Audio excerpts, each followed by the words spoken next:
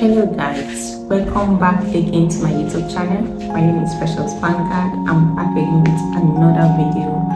Yeah, today we'll be taking some questions that I've been receiving since I think for the past since 2022. I've been getting some of these questions and today I have decided to decided to tell you guys how I was able to travel from Nigeria then to Belarus. I know most of you don't even know Belarus. Belarus is like a Russian country, but just that they got their independence. So practically Belarus is Russia. So then I'm going to be telling you guys, like the questions will be coming. I'm going to be telling you guys how I was able to relocate, my fears, my challenges, and things that I went through then. Things that happened. So let's go into it without wasting our time. Okay, the first question is, how did you move to Belarus? Okay, yeah, how I moved to Belarus. Then when I decided, like that was 2020, when I decided to travel out of the country, I looked for an agent. Then it was quite difficult because I don't have anyone around me who has traveled before, like someone who has a travel experience. And then the country I wanted to go to was Italy.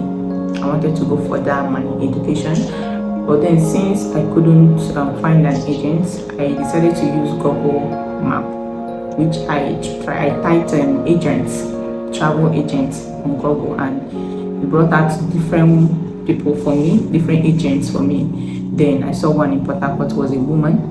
I decided to send her a message. I think I called her, and then she responded very fine and gave me her office address in Port Harcourt. I went to see her. Before I went to see her, I already talked to my brothers, my elder brother.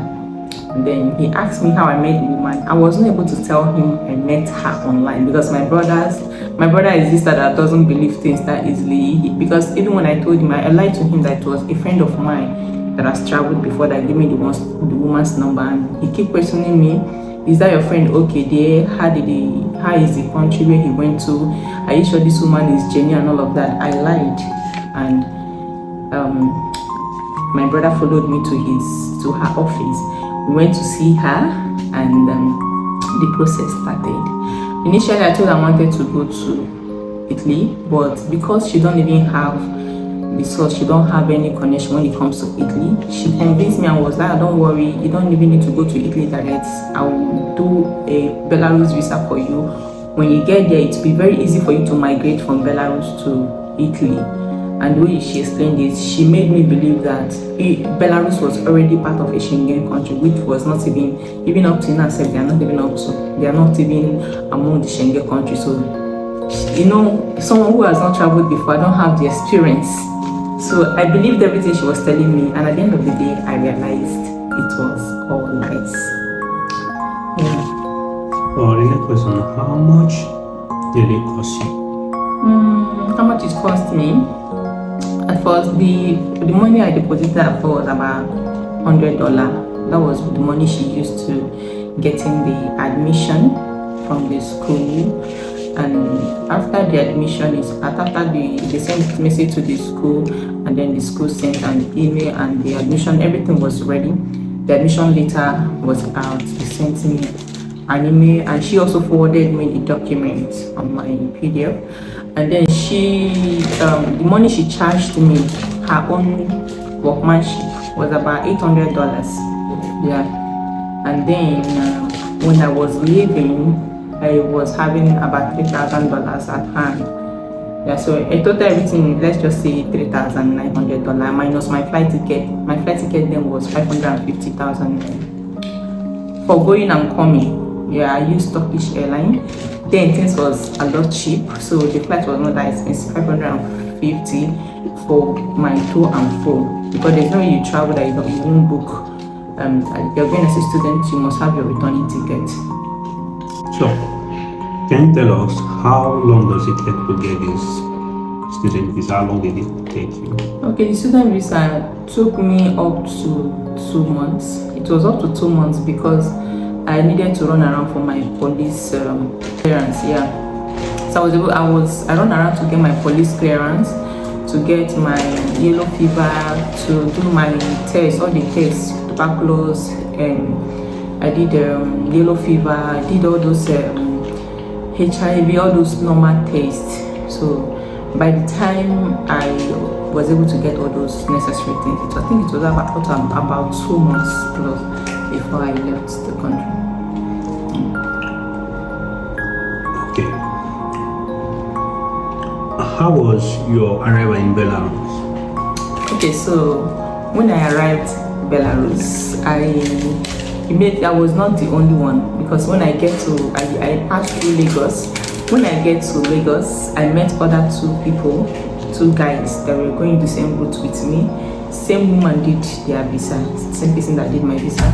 So when I met them, we boarded together. Their seat was actually even next to mine.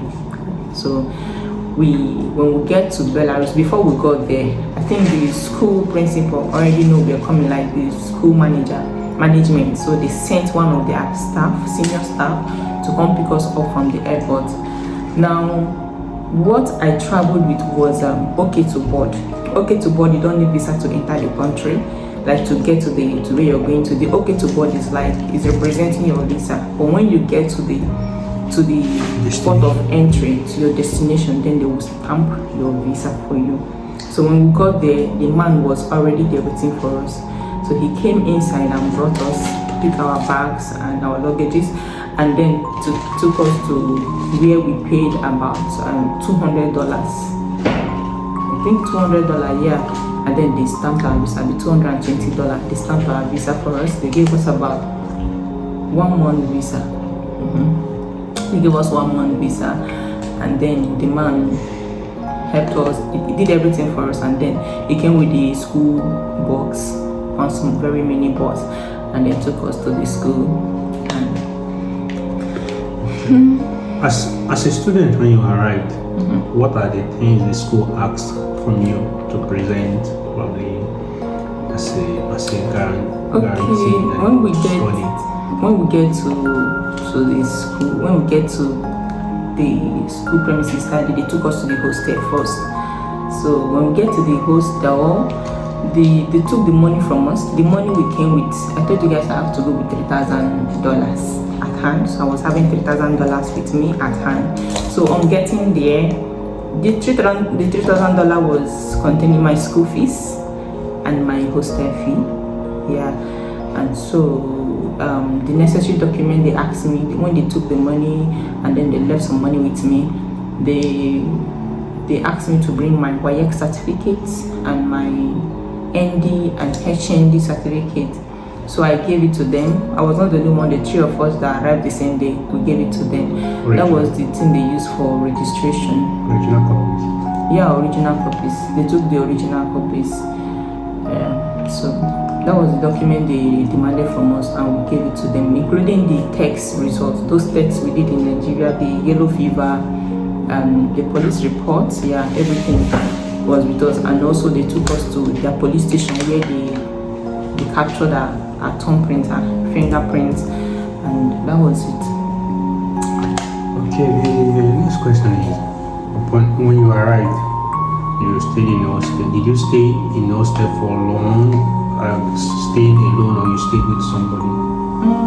I stayed in a hostel then because it was 2020. You guys know the history of 2020. It was horrible due to COVID-19. COVID-19 was one of the as in the disease really showed people shed their, a lot of people died. So for that reason, I was in a hostel and it was just me alone in a room. Normally, sometimes it's supposed to be like 4 people in a room, or 2 people, or 3 people. It depends on the size of the room. But because of the COVID, they quarantined us for like is it quarantine or quarantine?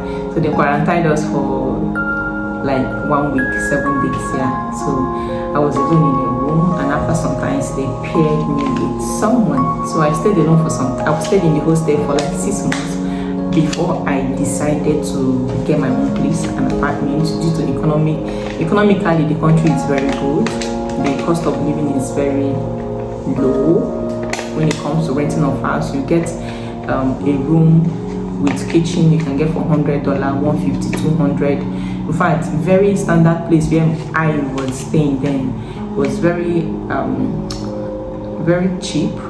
Yeah, and feeding aspect, everything was okay. Yeah, I think everything was okay as a student, because the country is not really where you have to work as a student, so things are really cheap for you as a student and for the citizen too. Okay, talking about economical, you say things are cheap, like students can cope. But what of the educational system? Is the system like difficult or simple for? Yeah, the educational system is very simple in the sense that they don't stress students.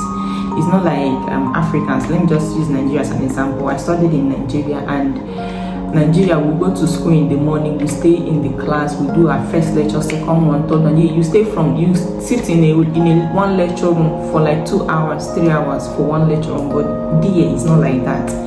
DA is they just give you 30 minutes.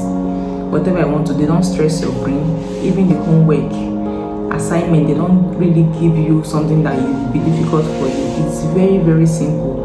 They don't stress you. Even the exam, you might do 8 courses at the end of the semester. They will tell you to write only 2 exams because you've already done assignment and other home assignments. So they don't disturb you. They don't stress your brain like that. So the educational system is very simple.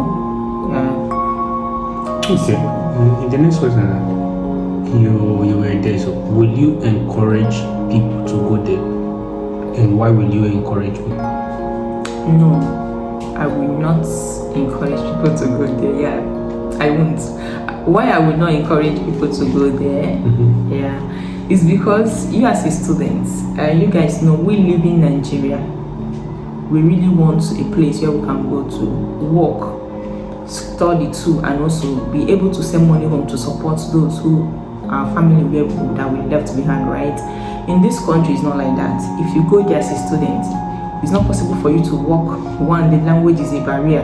If you don't know how to speak the language, and it's not a language you can learn very easily, it's a very, very difficult language, Russian language. So, you not knowing the language will be difficult. Even if you know the language, yeah, they will tell you that the purpose of coming to their country is to study. As long as your visa says you're here to study, you must finish your study before you can get any job.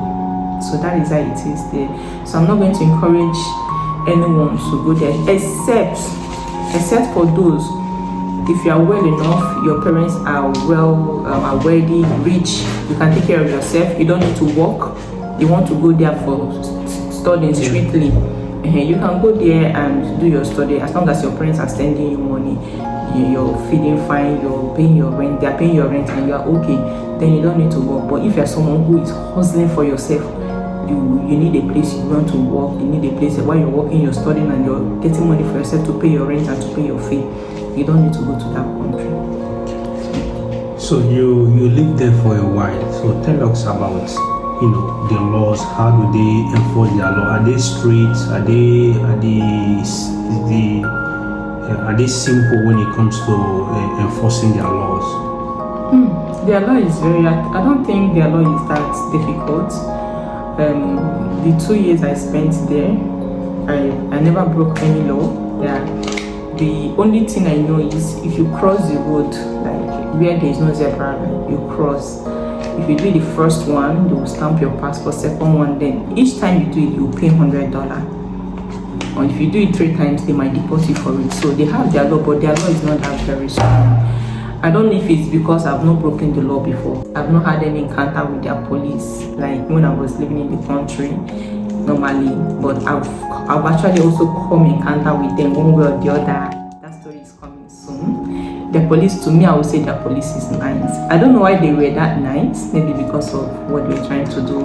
But when that story comes, you yourself will be able to tell if their police is nice or not. Yeah, but the country is, when it comes to their policy, their rules and regulation, because I've not broken any of their laws, I don't know how strict it would be. I don't know how difficult, what their their reaction will be when you break their laws. So that's it. So the final question is, how long did you stay in the country, and how long did your educational system last in? Okay, so my educational system was supposed to last for, like, should I say 4 or 5 years, but when I go there first, because of the language barrier, I have to study Russian language first for like 8 months plus, almost a year. And then after studying the language course, I decided to, do my bachelor's. And then I think I could not finish before I returned to Nigeria for reasons best known to me. We'll get there soon. So I spent approximately, let's just say, 2 years in that country. Okay, so guys, for now, this is the end of this particular video. Watch out for part 2. Thank you guys for watching. Please, if this is the first time you've seen my face, subscribe, turn on the bell notification so you don't get to miss any of our videos. I really appreciate you guys, my returning subscribers who always come back to watch and all of that. I really appreciate. Please give the video a thumb up, subscribe, and turn on the bell notification. Thank you and have a nice day. Bye bye.